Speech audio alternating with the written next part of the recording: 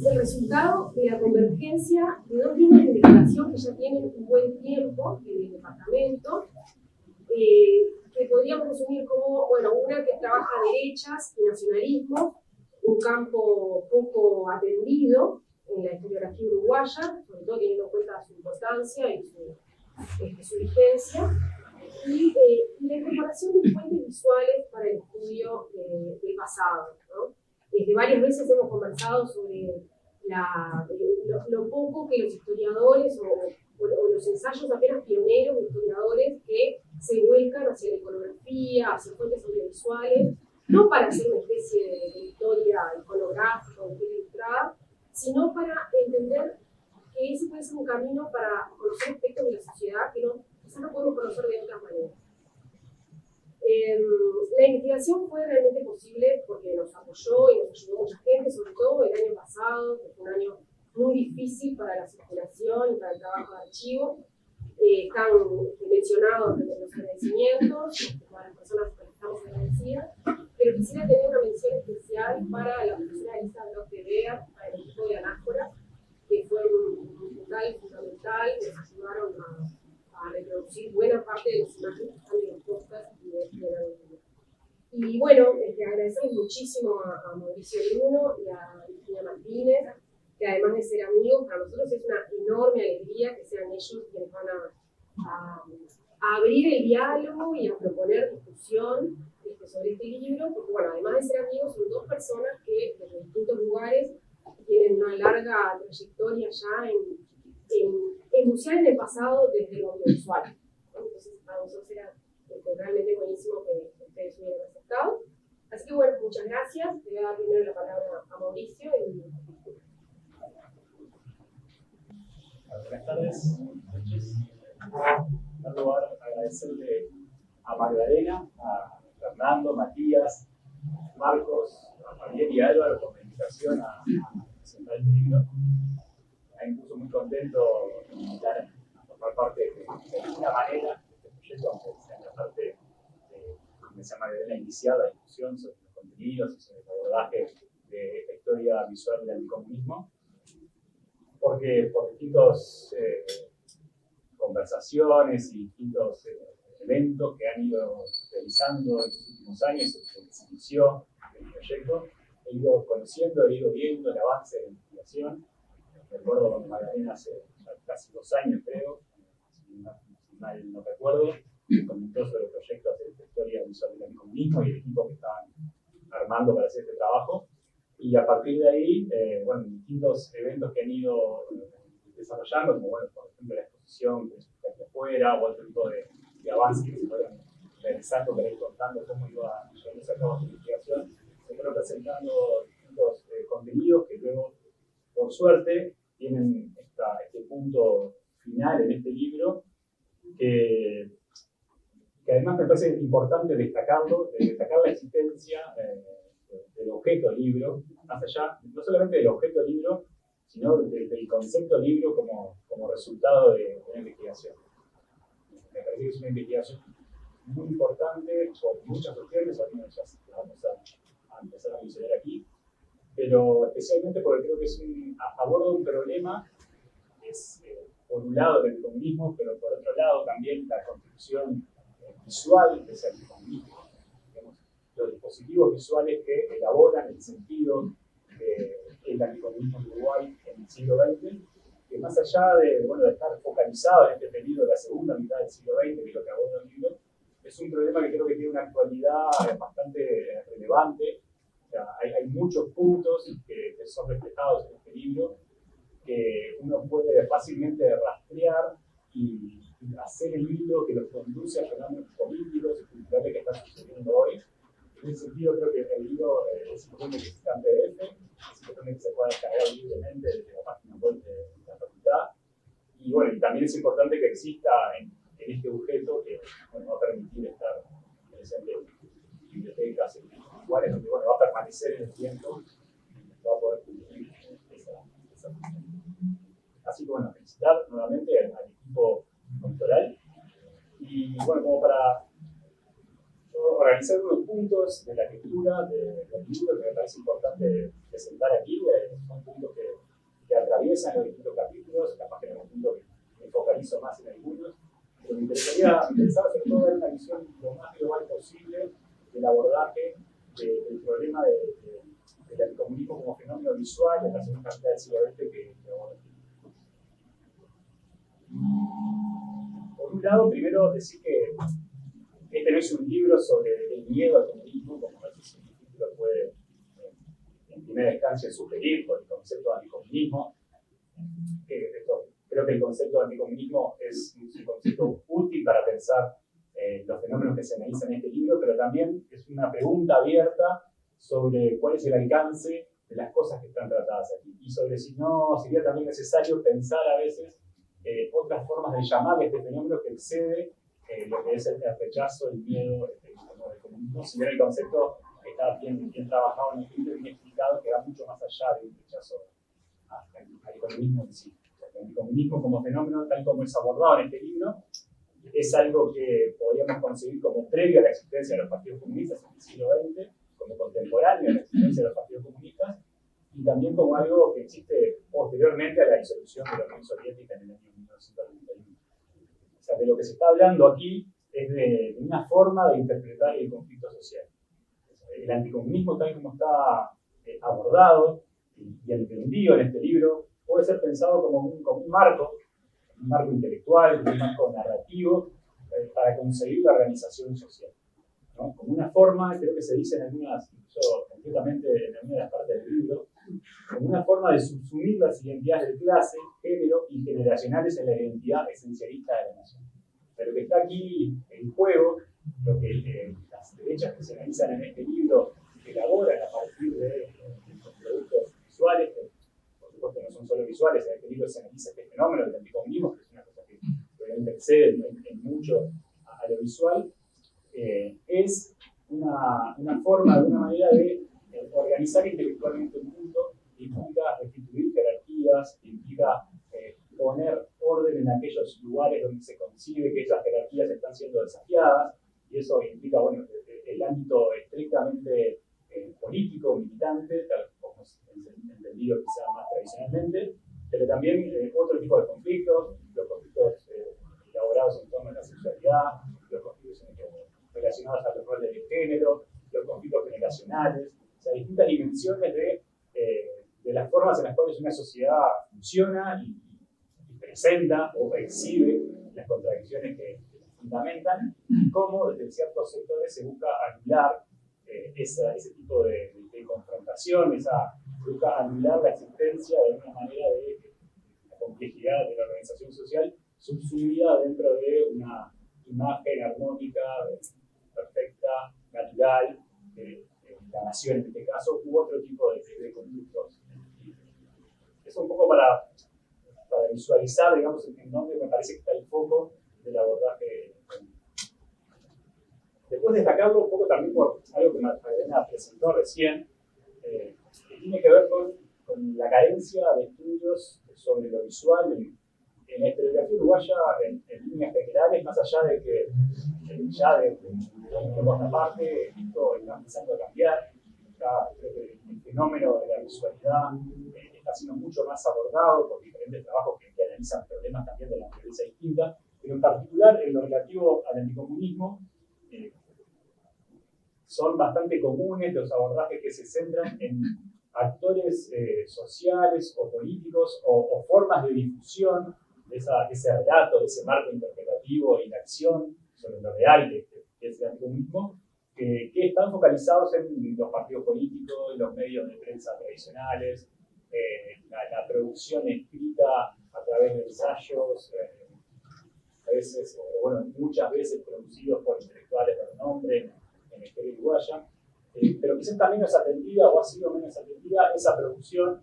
por un lado, en la dimensión visual, y por otro lado, a través de aquellos medios, digamos, que uno podría considerar a priori los institutos de estudiar, porque tienen que ver también con la recepción de los institutos estudiantes, que están más dirigidos a una población no especialmente letrada, por decirlo de alguna manera, ¿no? Cómo esto circula en los diarios de circulación masiva, cómo a través del humor gráfico se transmiten conceptos que construyen este fenómeno del feminismo, digamos, cómo es parte esencial del proyecto político de la derecha, ¿no? Es justamente un proyecto que busca trascender, digamos, una capa social, si se quiere, letrada, sino permear en amplios sectores de la población. Y por eso esto, tener en cuenta lo visual en el momento de estudiar este fenómeno es fundamental, porque lo visual, no solo en el siglo XX, pero especialmente en el siglo XX, que es el siglo de la explosión de la imagen impresa, es el siglo de la televisión, es el siglo del cine de masa, es un momento en donde la construcción de sentido común y la cultura política pasa en gran medida por los productos visuales. Y ahí creo que hay otra gran virtud del libro, que es quizá abordar problemas que ya han sido abordados por otros proyectos. En ese sentido, la novedad del libro no viene por el problema que se está abordando, sino por la forma de abordarlo y por agregar una capa, una dimensión de ese problema que pocas veces había sido tratada como es tratada en Después, por otro lado, decir también que esta no es una historia de las imágenes en sí. Las imágenes, por supuesto, están muy presentes en el libro, son el centro de una manera que habilita la producción de los conceptos que se desarrollan a través del libro, sino que es una historia que busca en las imágenes, yo creo que dos cosas que son diferentes, pero están en algún punto relacionadas, o en muchos puntos relacionados. Las imágenes acá son fuentes primarias para abordar el problema. Lo que se está viendo es cómo el arquitectonismo encarna en diferentes tipos de productos visuales, pero más allá de eso, o más que eso, que me parece más importante, esta es una historia no solamente sobre lo que las imágenes como fuentes nos pueden decir o contar sobre el pasado, sino sobre las imágenes como un problema a ser abordado en la medida que son agentes de producción política y cultural. Las imágenes acá son cosas que las personas usan para producir determinados efectos sobre lo social. Entonces, el interés mayor del abordaje de las imágenes en este libro, y esto pensando a veces en cómo de la historiografía se aborda el valor que pueden aportar las fuentes, y bueno, a veces cuando se piensa en las fuentes visuales suele primar esa cuestión de, bueno, ¿qué me pueden decir de alguna manera de lo real en el campo de la plasticidad de esa imagen? Eso está presente en el libro, pero más que presente que eso está el uso de las imágenes. O sea, cómo fue empleado por diferentes sectores de la derecha el humor gráfico, el cine de masas, la fotografía, la cartografía, o sea, y otro tipo de productos para producir un efecto sobre lo real.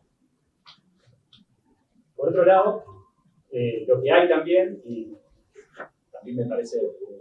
importante destacar, porque a veces, bueno,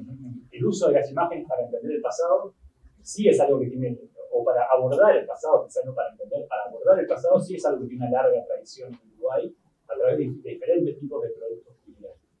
Quizá en la historiografía académica esto se hizo menos o se hizo más tardíamente que en otros tipos de productos que desde la historia buscan abordar el pasado, pero sí siempre estuvo presente, y quizá lo que faltó durante muchos de esos abordajes que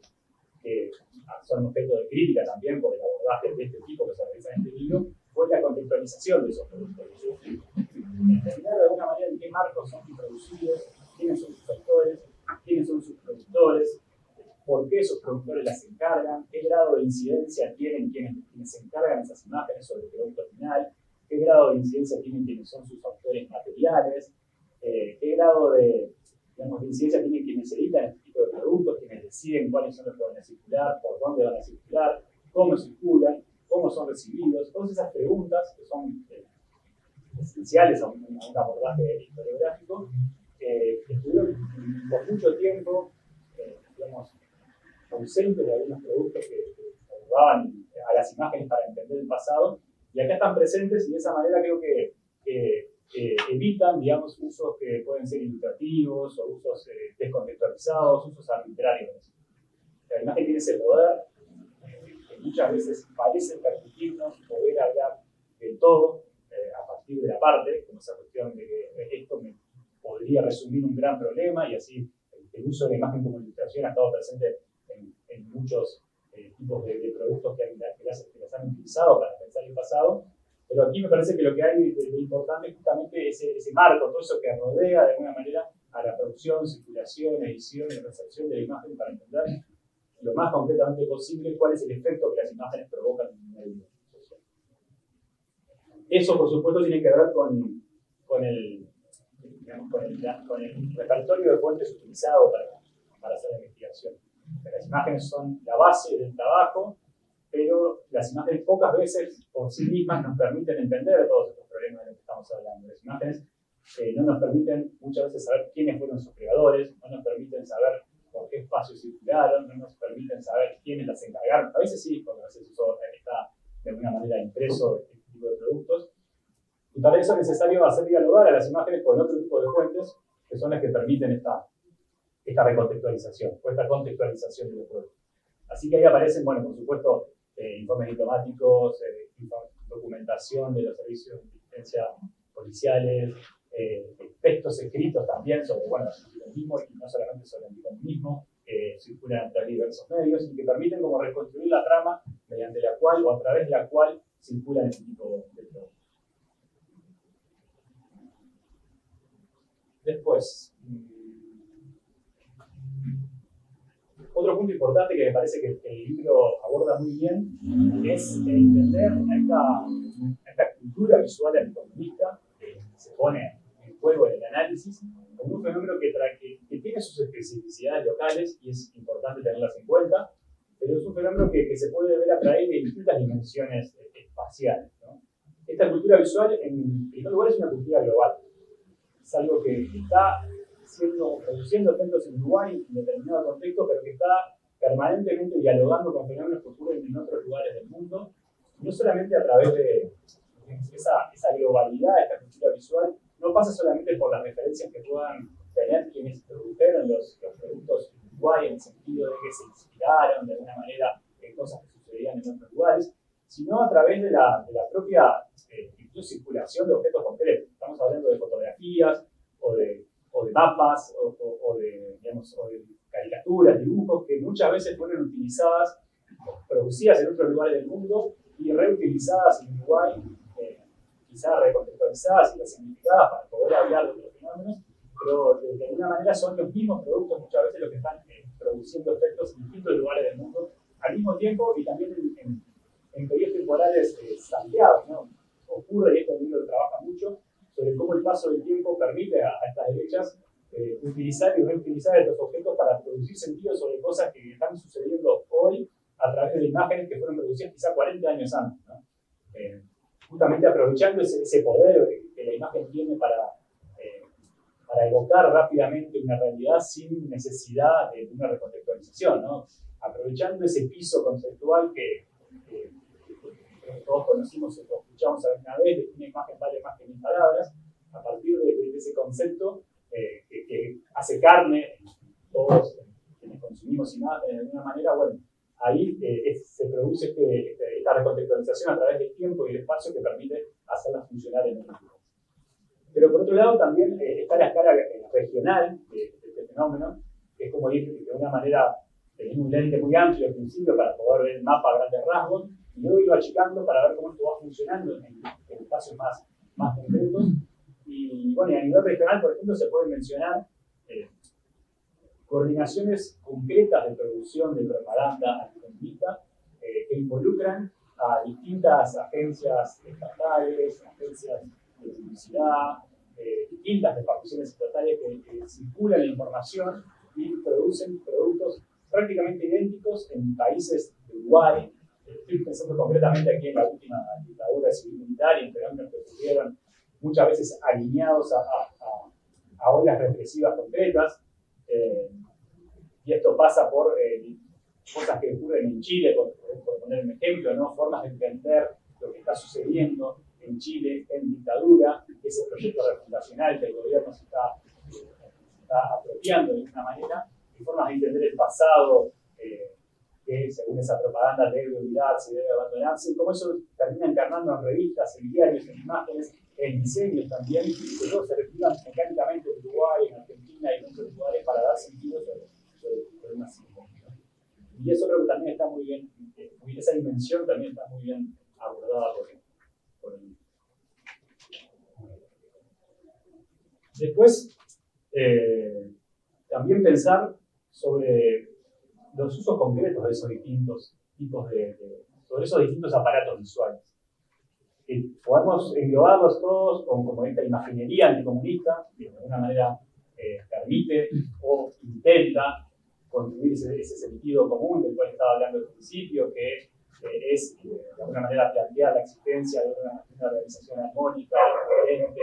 emanada de la naturaleza, que es la nación, que es amenazada por un enemigo externo, que aparece artificialmente buscando socavar la familia, la educación, la moral y los vínculos más orgánicos que pueden tener los ciudadanos dentro de una nación. Digamos, eso podemos pensar que es como el germen o el núcleo común de todos estos aparatos visuales, pero después también está muy bien trabajado cómo los distintos tipos de visualidad abordan problemas concretos específicos o cumplen funciones específicas, ¿no? Y acá aparece, por ejemplo, toda la cuestión, sobre todo en el primer capítulo de Fernando de Lover, que se titula Ecos de un peligro muy lejano, el anticomunismo en el Uruguay de la Primera Guerra Fría, que es la producción de la cartografía como una forma, de alguna manera, de organizar rápidamente el mundo en términos ideológicos, ¿no? De dirigirse muchas veces a un tipo de lector o de público que quizá fuese a priori más renuente a consumir, por ejemplo, los diarios donde se circulan estos objetos mediante otro tipo de textos, pero que sí en esta organización, en este mapa rápido del mundo, aparece encarnado el peligro comunista, ¿no? Aparece las manchas de sangre en determinados países, aparece el oso rojo de alguna manera avanzando sobre un continente, como a partir de un golpe de vista el mapa permite como esa organización rápida del mundo bipolar en ese momento de los inicios de la Guerra Fría. Pero después también, bueno, por ejemplo, las caricaturas y las viñetas, como otro tipo de objeto visual que cumple quizás funciones distintas, ¿no? Donde aquí juega un rol muy importante el humor en este tipo de productos, y acá me parece que también hay un punto muy importante en el abordaje del libro, que es el abordaje del humor político, pero el humor político visto quizás en un lugar que a veces que es menos común, me parece, en los abordajes que utilizan el humor, que suele estar o tiende a estar más asociado a fines de socavar el orden social, esa cuestión del humor como una cosa que permitiría a priori burlarse del orden del mundo y de esa manera ponerlo en cuestionamiento. Acá el humor cumple una función completamente distinta, que es justamente la descalificación de un enemigo, y me parece que pone un problema sobre la mesa muy importante, que es esta cuestión del uso de las derechas de la herramienta del humor para producir efectos sobre lo social. Y aquí, bueno, todo lo que es la caricatura, que está muy trabajado en el libro, que hay varios de los capítulos, aparece esto con mucha claridad. Y después, bueno, por ejemplo, bueno, los dibujos, ya sacando acá la parte de la caricatura, sino, bueno, la ilustración con fines realistas, esto también aparece muy claramente en muchos de los capítulos que abordan este problema, como esa herramienta que permite a quien la está ejerciendo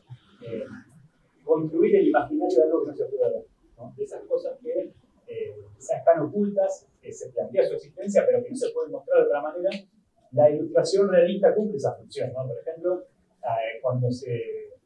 trata de producir sentidos sobre los campos de trabajo forzado en la Unión Soviética, o sobre la explotación de los trabajadores en un lugar de la Europa del Este, o sobre el sufrimiento, bueno, de las poblaciones que están o que viven bajo regímenes socialistas. Ahí el dibujo, justamente hecho con clave realista, con esa cuestión de, bueno, esto no es algo que usted imagina, esto es algo que uno podría ver, porque así se plantea ese tipo realista, cumple justamente esa función de hacer ver aquello que no puede ser visto de otra manera. Y, por otra parte, que aparece acá y que aparece también con mucho peso, el estudio de la fotografía en muchas dimensiones, pero especialmente en lo que tiene la fotografía como documento que parece probar fehacientemente la existencia de algo. La fotografía como prueba de algo. Y esto aparece en los capítulos, por ejemplo, que se dedican a presentar los arsenales obtenidos a través de la represión de distintas organizaciones de izquierda en la última dictadura, o los lugares donde se ocultaban los integrantes del Movimiento de Liberación Nacional cuando fueron detenidos en los últimos años de la década de 1960, 1970. un elemento de prueba incontrastable que permite decir o graficar rápidamente esto es lo que está pasando. Así son las cosas. La fotografía que estoy mostrando es lo que lo tiene de una manera documental. Después aparecen también otro tipo de fuentes que me parecen muy interesantes. En el capítulo 1 primero también hay un abordaje sobre el cine, el capítulo que mencionaba de Fernando Adrover, sobre los comienzos de la Guerra Fría. Hay un abordaje sobre el cine de masas hollywoodense circulando en el Montevideo de fines de los años 40 y comienzos de los años 50, que me parece especialmente importante justamente para acceder a esta dimensión de cómo una persona que salía o que buscaba un simple esparcimiento para pasar quizás un viernes, un sábado de la noche en un lugar donde no quizás tuviera un fin específico de obtener formación política, pero cómo a través de ese tipo de instancias de espectáculo, de esparcimiento, aparecía a través de este tipo de películas la construcción de un sentido común sobre qué era el comunismo a nivel mundial. Y ahí el análisis de las películas que circulan en ese momento me parece especialmente importante. No me quiero ir mucho más, pero me gustaría destacar algunas otras cosas que se van planteando a través de los distintos capítulos. El capítulo 2, El peligro en las aulas, el imaginario anticomunista sobre la educación, de Matías Rodríguez. Creo que hace un abordaje sobre el problema de la educación como fenómeno que debe ser controlado para evitar justamente la propagación de distintos tipos de amenazas que de la derecha se consiguen en torno a lo social, que pone el punto de cosas que sirven para estudiar ese fenómeno concreto. El capítulo está centrado en el periodo 1968 a 1973, pero creo que puede ser extrapolado a muchos otros periodos del siglo XX, y esto que tiene que ver con cómo se construye la imaginería del estudiante a través de la fotografía, y sobre todo cómo se construye la imagen de la decadencia de la educación a través de la expresión o la mostración, justamente, la manera que va de aquí, del aspecto físico decadente de los estudiantes, ¿no? Cómo aparece de esa manera esta cuestión de la infiltración marxista que va corrompiendo el alma de las personas, y cómo eso se va viendo en fotografías que muchas veces muestran cómo se va decayendo el aspecto físico de esas personas. Cómo también la imagen, justamente en relación a estos textos, a otro tipo de fuentes, construye esta idea también del estudiante o del militante, más concretamente, como un sujeto ajeno al orden natural de la función estudiantil, como un sujeto que viene a corromper el normal funcionamiento de las instituciones con fines artificiales que además se contradicen con el origen social privilegiado que muchos de ellos supuestamente tienen. Todo eso aparece en textos, aparece en imágenes, y como también aparece, me parece muy, muy importante ese capítulo, la distinción entre las fuentes que apuntan a la circulación entre un público más restringido y las que apuntan a la circulación entre un público más masivo, y esto pensando en cómo, por ejemplo, la revista de Azul y Blanco, la organización de ultraderecha que actúa a fines de los años 60, tiene una profusa producción de tipo de imaginario, pero podemos asumir que su circulación es mucho más restringida, y cómo juega lo que aparece en ese tipo de productos con lo que aparece en diarios como El Diario, La Mañana, El País, que actúan bastante. Este capítulo también tiene, me parece, muchos puntos de contacto con el capítulo 3 de Marcos Rey, Pánico Moral, en el Uruguay Autoritario, Juventudes, Sexualidades y Géneros estigmatizados, que justamente pone el énfasis en esto que hablábamos al principio, de cómo el anticomunismo no es solamente una expresión de rechazo o una fundamentación de la represión a una organización política en concreto, sino como un marco que permite dar sentido a múltiples contradicciones que están afectando la sociedad. Y aquí aparece especialmente el problema del choque de generaciones, sobre cómo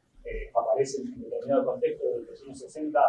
un mayor peso de la juventud en el espacio público, y un desafío a ciertas autoridades más asociadas a generaciones mayores, y cómo eso es también un problema para este discurso anticomunista, cómo varían los roles de género en ese contexto, y aparece el rechazo a la mujer en gran medida, a las mujeres militantes especialmente, o a los hombres que según se va traficando en este tipo de propaganda van perdiendo su credibilidad, cómo aparece ese miedo a que los géneros desaparezcan y todo se mezcle y todo sea más o menos lo mismo, que bueno, que remite también a otros periodos de la historia, y que aquí aparece especialmente fuerte y que también me parece que es importante tenerlo en cuenta para pensar vínculos con eventos que suceden años después, ¿no? Aquí hay unas elaboraciones que me parecen importantes sobre cómo la estigmatización de mujeres militantes a fines de los años 60 y comienzos de los años 70 tiene vinculaciones, o se pueden elaborar las vinculaciones con tipos de violencia específicos que sufrieron las presas políticas en dictadura, con casos de violencia sexual asociados a estigmas que se fueron introduciendo ya en este contexto sobre cuál era el rol que debía cumplir la mujer en lo social y cómo el desafío a ese rol en mujeres militantes ambientaba o justificaba para muchos de los represores formas de represión específicas sobre esas personas. Y para terminar me gustaría destacar dos textos más, dos capítulos más,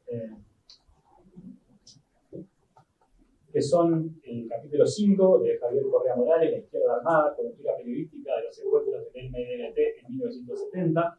y el capítulo 9 de Álvaro Sosa, La operación Morgan y la construcción de un enemigo interno de la dictadura, que son capítulos que quizá más que otros se concentran específicamente en una fuente más concreta, que es como la dramatización o la construcción a partir de medios de prensa escrita y visual, a través de las fotografías aquí juegan un rol muy importante, sobre fenómenos concretos que ocurrieron en esos años. En el capítulo de Javier Correa, el que analiza cómo los secuestros del Movimiento de Liberación Nacional en 1970 fueron tratados por la prensa y se construyó un sentido no solamente sobre el MLN, sino sobre la izquierda armada, no solamente la izquierda armada, sino sobre la movilización que estaba ocurriendo durante esos años, aparecen fenómenos que me parece importante tener en cuenta. Por ejemplo, todo lo que es la dramatización del tono cinematográfico que está presente en esas coberturas, ¿no? Cómo en la forma en la cual se elabora el relato sobre los hechos sucedidos obedece o traza líneas muy claras con la forma en la cual las ficciones mainstream, por decirlo de alguna manera, ¿no? Dominantes que están circulando en el momento, construyen sentido sobre lo social. Esta cosa de poner buenos y malos claramente identificados, objetualizados en rostros, de proponer teorías conspirativas sobre el funcionamiento social, de ofrecer imágenes recreadas de la acción que no se pudo captar fotográficamente en el momento, como eso tiene puntos de contacto bastante claros con cosas que están ocurriendo o que ocurren en el terreno de la ficción, si se quiere, y que aquí son reutilizados para dar sentido y construir sentido sobre lo que. Y esto quizá me permite hacer ese puente del que hablaba al principio, sobre, bueno, por ejemplo, cómo el cine, que es en estos años, y en años anteriores especialmente, pero en estos años sigue funcionando, se transforma en uno de los aspectos de los fenómenos culturales más demandados en Uruguay, proporciona estas claves narrativas para que los cuales las personas entiendan o interpreten de alguna manera lo real que están viviendo. Y en el capítulo de Álvaro Sosa, el capítulo dedicado a la operación Morgan y la construcción de un enemigo interno en dictadura, es el capítulo donde, bueno, pasa esto que señalaba recientemente, de cómo se puede ver o se debería analizar la función paralela o la existencia paralela de políticas represivas con políticas comunicacionales que derraman un sentido sobre lo social sobre esa represión. Cómo ocurre al mismo tiempo la acción policial y militar, la represión del enemigo político, con interpretaciones que buscan dar sentido y justificar ese accionar que estaba ocurriendo, ¿no? Y como esto no ocurre en un terreno, digamos, si se quiere, abstracto, en el sentido de, bueno, estas cosas circulaban más o menos al mismo tiempo, sino focalizadamente, ¿no? En semanas concretas, en días concretos, en meses concretos, en momentos en donde ocurre una acción represiva y es contrarrestado o contextualizado rápidamente por un dispositivo de propaganda que busca rápidamente dar sentido. Eso me parece que está muy bien trabajado en este capítulo, que además aborda algunos casos que creo que no han sido todavía suficientemente estudiados, pero creo que aparece importante para seguir trabajando, que tiene que ver con el rol de la televisión en este contexto específico, que bueno, por motivos a veces de archivos y dificultad de acceso, la televisión muchas veces es difícil de incorporar en este tipo de estudios, pero aquí aparece, bueno, cómo funcionan en ese marco concreto las instancias de arrepentimiento público de militantes de organizaciones de izquierda, que se eviten justamente en el mismo marco que están produciéndose las oleadas represivas, y cómo esto va construyendo esa idea, ¿no?, de que el Estado expone la existencia de un enemigo poderoso, pero al mismo tiempo expone cómo lo controla, expone cómo protege a la sociedad de ese enemigo, y esto de alguna manera es casi como un ciclo virtuoso para la represión que justifica su existencia. Bueno, no me quiero ir más, nada más agradecer de vuelta a Magdalena, a Marcos, a Javier, a Álvaro, a Matías y a Fernando por la invitación y felicitarlos por el libro, y le dejo la palabra.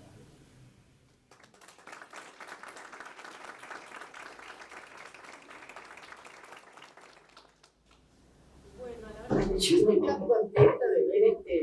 esta escena. Perdón. Estoy tan contenta que me olvido del micrófono. Porque realmente era algo que se me había borrado, ¿no? Más allá de los tapabocas, pero que estemos convocados acá, que estemos sentados con presencia real, es un motivo de alegría. Bueno, yo quiero comenzar haciendo, si ustedes me permiten, una mención al título del libro, ¿no? Que todos sabemos que el título es algo tan importante y definitorio, definitivo, como el nombre que llevamos la persona. Y yo celebro que este trabajo tenga un título neto y decidido. Es una historia visual del anticomunismo en Uruguay, tiene un objeto de estudio, tiene una delimitación cronológica, 47-85, un foco y un nombre contundente y atractivo. Y para mí eso no es menor, no es un aporte o para la contribución, no. Es una historia visual del anticomunismo en Uruguay. Y eso empiezo diciendo lo que ya me parece importante e interesante. Bueno, y algo que no es menor, y es que el libro cumple la promesa que ofrece el título, por la actitud y por la dureza con la que trata su objeto. Y la segunda mención quiero hacerla a la carátula, que es también un diseño de impacto y atractivo, o sea, punto que no es tan habitual en nuestro trabajo, o sea, que junto el nombre y la carátula. Creo que estamos ante un trabajo, sin creo, ¿no?, original, diría único. Yo respeto la afirmación de Magdalena en la introducción del libro, en el sentido de que ella plantea que esta historia visual no debe ser concebida como la conformación de un subcampo historiográfico, pero también es claro, y eso para mí es muy importante, es relevante, que este trabajo significa una ampliación considerable del horizonte historiográfico para cumplir, bueno, con el objetivo de la historia, que es entender el pasado sobre eso también entender el presente, y me parece que el trabajo lo hace muy bien. ¿A través de qué? Bueno, de un repertorio simbólico muy expresivo, muy poderoso, muy variado, que está formado por viñetas, por dibujos, por fotos, por historietas, por caricaturas, que tuvieron amplia circulación en la prensa y en la propaganda política de la época. Este libro analiza y pone en valor algo que todos hemos experimentado y conocido, que es el papel de las imágenes en la transmisión de las ideas, de las emociones y en la formación del sentido común de la sociedad. Y en particular, bueno, habla del alto impacto que tuvo la imagen en la construcción de esa categoría política, social, cultural, moral, que fue el enemigo comunista primero y que luego por sucesivas ampliaciones y transformaciones va a ser el enemigo subversivo. Está claro que historiar la construcción y la evolución del anticomunismo no se podía hacer solo con las fuentes clásicas, las fuentes documentales clásicas, porque la imagen no fue un accesorio colgado, ¿no? o algo que complementaba el mensaje, sino que tuvo un rol protagónico en la producción y en la circulación social de ese discurso anticomunista. Y de esto se ocupa muy bien el libro, y me gustaría tomar un poco pariente de lo que hizo Mauricio, pero por otro lado, algunos de los temas que atraviesan los trabajos. Uno que hablaba él, la expansión comunista en el orden, ¿no? Que es un tópico, una pasión tiene el país por la cartografía, ¿no? La mancha, la pandemia, ¿no? Los mapas, el antes y el después, la comparación, siempre con la necesidad de la actitud vigilante, la amenaza. Luego el contraste entre los dos mundos, ¿no? La vida en Occidente, el mundo libre, con esa armonía que planteaba Mauricio, y la vida detrás de la cortina de hierro. Este mundo detrás de la cortina de hierro que está hecho de imágenes de sufrimiento, de hambre, de uniformes, de alambres de púa. Y a mí me hizo acordar mucho por oposición, y mira a Magdalena porque la tengo cerca exclusivamente, si no veo al resto de los compañeros, a cómo protestaba el país en los 60 y 70 por lo que consideraba que era la llegada de toneladas de propaganda soviética, que era verdad, ¿no? Mostrando como esos prósperos colcoses, haciendo alarde de la modernidad de la maquinaria agrícola. Bueno, esto es la contracara, ¿no? Ese mundo al que no se puede, del que conocemos poco, porque tenemos la cortina de hierro, porque es todo negativo y sufrimiento. Otro tema que está en el discurso y es muy potente también en las imágenes es la animalización del enemigo, ¿no? El comunismo representado por imágenes de buitre, de lobo, de serpiente, de pulpo, bueno, y la clásica del oso, ese oso feroz, sanguinario, y cómo esto también es característico de la propaganda política, la animalización del enemigo. Y a mí me hizo acordar un poco, por supuesto que lo que voy a decir tenía más talento, que también desde la izquierda, por ejemplo, los Panteras Negras construyeron una imagen con el pig, ¿no? El cerdo, que es el policía uniformado con el gorrito y el palo. Claro que Emory Douglas tenía mucho más talento que J.R. Mariño, ¿no? Porque era un publicista mayor. Bueno, no sé si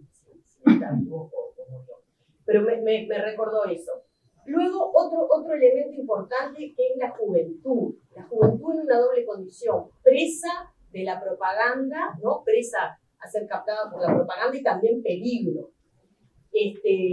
Ahí el trabajo de Matías Rodríguez examina este tema a partir de las fotografías y las abundantes caricaturas que ubican a la educación como un escenario principal de esta batalla, ¿no? Ahí tenemos también un caricaturista prolífico y consecuente en su anticomunismo, que es Mariño, también en el país. Y otro aspecto que trata Marcos Rey, que es el de la degradación moral de la juventud en el comunismo, algo de lo que hablaba Mauricio, ¿no? Que es una degradación generalizada. En el hombre es pérdida de la virilidad, en la mujer es masculinización. Y en ambos casos es envilecimiento, embrutecimiento y pérdida de la conciencia personal. La lucha del bien y del mal, eso es, bueno, atraviesa todos las imágenes y los trabajos. De esto se ocupa muy bien el trabajo de Javier,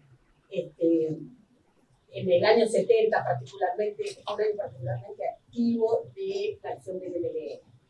Y luego, bueno, tenemos dos estudios, dos casos, que es el análisis del anticomunismo a través de dos campañas electorales, una la hace Magdalena, que es la campaña contra el Frente, y otra contra el Marco, sobre la campaña de Pacheco en las mismas elecciones, ¿no? Y esto es súper interesante porque las campañas electorales son condenadas avanzados en la lucha simbólica, ¿no? Y ahí hay artillería pesada y se ve muy bien cómo entran en juego todas las ideas que están en otros discursos, ¿no? Lo foráneo versus lo nacional, el rol de la mujer, de la familia, o sea, hay mucha tela para cortar ahí.